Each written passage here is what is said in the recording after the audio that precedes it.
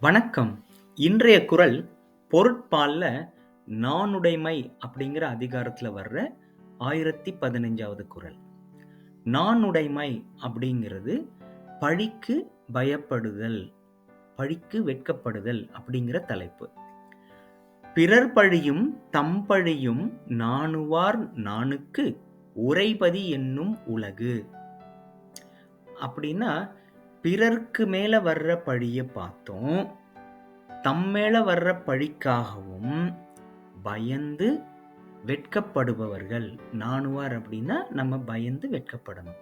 அப்படி வெட்கப்படுபவர்கள் அந்த வெட்கத்துக்கே தலைவர் என்று வள்ளுவர் சொல்றார்.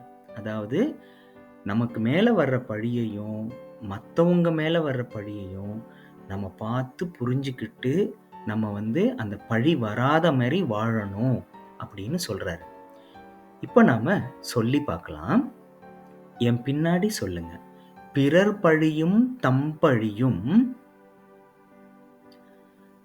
நாணுவார் நாணுக்கு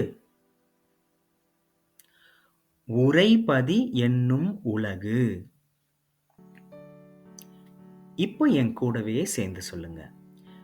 பிறர் பழியும் தம் பழியும் நாணுவார் நாணுக்கு உரைபதி என்னும் உலகு. பிறர் பழியும் தம் பழியும் நாணுவார் நாணுக்கு உரைபதி என்னும் உலகு.